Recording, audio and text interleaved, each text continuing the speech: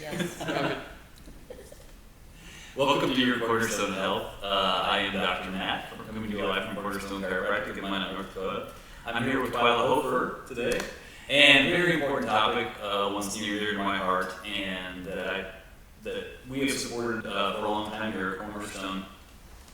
But we've got the head honcho woman in charge here. Can you tell us a little about the event coming up?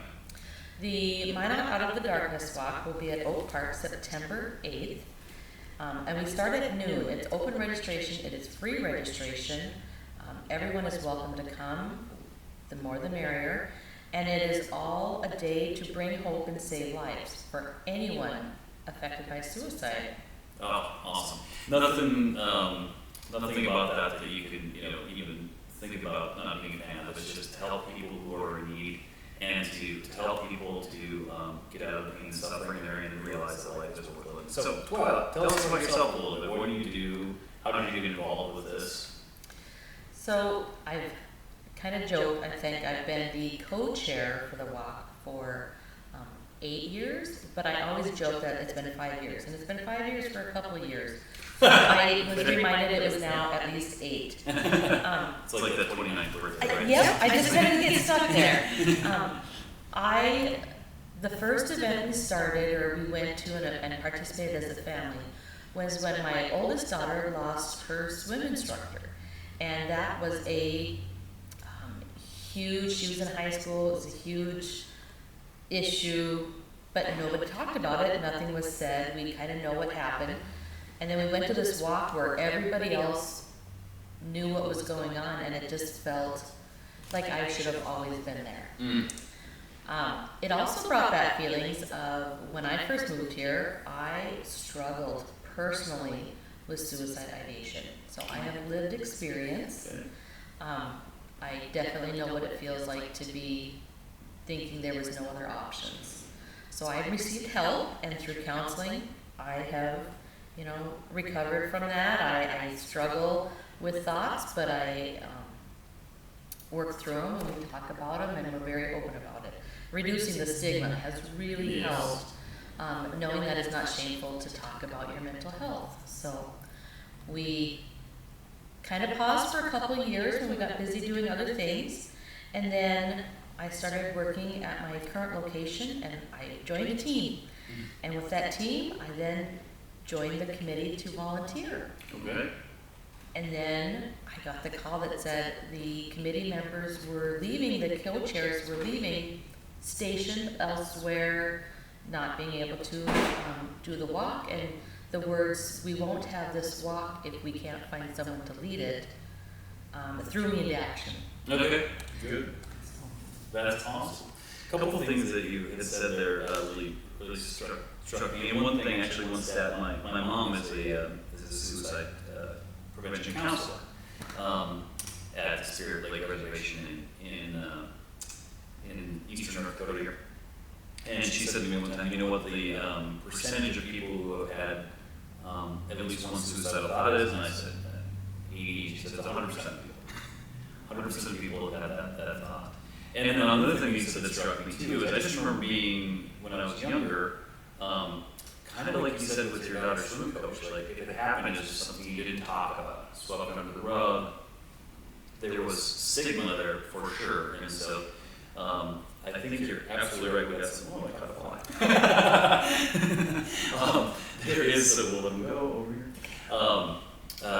It's really encouraging to me that it's becoming less of a thing that there's a stigma attached to, something that people are a little more open about talking about, because it is a desperate problem, and it's a lot bigger problem, I think, than a lot of people realize. Do you have any thoughts or any lightning stats on that, the kind of prevalence of it in society and things like that? Well, specifically, I have North Dakota stats. Every year we get a new update, and it's not a new year. So our stats are actually from like 2021. We can't keep totally accurate on these. In the current year, we're not getting all those stats from everybody. But we are still the 9th leading cause in North Dakota. Really? And we used to be the 10th. So I'm not saying that it's an improvement. It is better though. But we are working towards something. And so bringing it out, bringing it in the light, talking about it is making a difference. It does not designate age. Suicide loss is anyone from the age of 55, 60, 65, down to 10. We've had some high schoolers, 15. We can't just say it's a teenage problem. We can't say it's an adult problem. It is a problem faced by every age demographic in North Dakota. Absolutely. Let's just take a second here too, and you mentioned some of them before, but I know that there's probably some people that will watch this or that are watching this that have had these thoughts, had these ideations. And so you said a good resource that you found is some counseling. Anything else that you have found that's been really helpful? My love of nature. Okay. Getting outside, I do love the indoors, but I found that getting outside, going for a walk, kind of getting out of my own head has really helped clear my mind and gets me to refocus. Yeah. And then talking with someone, having one person answer the phone, one person that will just listen and to be there. Absolutely. Makes a huge difference, makes all the difference, because that other person then also does help you do, like you said, you get out of your own head. Yep. Right, and change your perspective really quickly. Another thing I want to ask you about, which I know that we've seen has been a big problem, is suicide amongst service members or veterans. I believe it's one of the leading causes of death for veterans currently. Is that true? That is. My dad was a veteran, and he had some struggles, and he attempted once in his lifetime, and that has really, again, touched me on how they can get the care they need. Veterans have, and active duty members have a different billing system for what therapy they can get, and a different ideation on, if I say I have a problem, what are they going to do with my, are they gonna fire me, are they gonna, are you gonna leave, what is a dishonorable discharge? Those are real concerns. Sure. If you can compile that with their thoughts of, not wanting to be here or not making a contribution, it doubles. It is really hard for the military to seek the help they need. Yeah, okay. So if you're out there and you're struggling with this, please don't be afraid to seek help. It's imperative. We need you. We want you. Tell us a little bit more about the event itself. At the walk, we always leave with free food. We will have hamburgers. Our food is donated. We have several organizations that will help fund different things. So we take sponsors for the walk, but we also take in-kind donations. So our hamburgers have been donated, the buns. We're gonna have cheese because I like cheeseburgers, so just hamburgers. Some condiments, and then chips, and always have at least water available. And it's a walk, but it's not a competition walk. Okay. We're just gonna get together, and we're just going to solidify our community participation and walk around Oak Park Track, enjoy the meal. We're gonna have music, we'll have our beads, and our honor beads tell us how we're associated with suicide. If it's a personal experience, if you're supporting a loved one, if you've lost someone, like every bead is significant into what they do. Finding someone with your same bead colors is like making a match that you didn't know you had, another friend, another person that knows what you're feeling. So we'll have the beads, and we have a memory wall, and the memory wall is two-sided, so we don't have to worry about not having enough space. But it is to bring pictures of those we've lost. Okay. It's to bring healing messages to those who are still suffering, and encouragement for everyone. So that is there, and then we have resource tables, and I invite every mental health agency to come and have a table there. I don't want them selling services, but I want people to know where they can go. Yes. And the more places we have, the better access we can get. So speaking of the donated food and items like that, where can people donate money to this? Where can they support the cause? Okay. So on our website, afsp.org/Minot, And then, I'm sorry to interrupt you there. We will have our illustrious producer Jay put that in the comments so you guys can see that website too. They can go there and then it says donate now or register, and it gives you those options. There's a tab for everything and it's so easy to walk through. If you need help, my phone number's on there and I will answer. I believe that. Yeah, Yep. I will answer.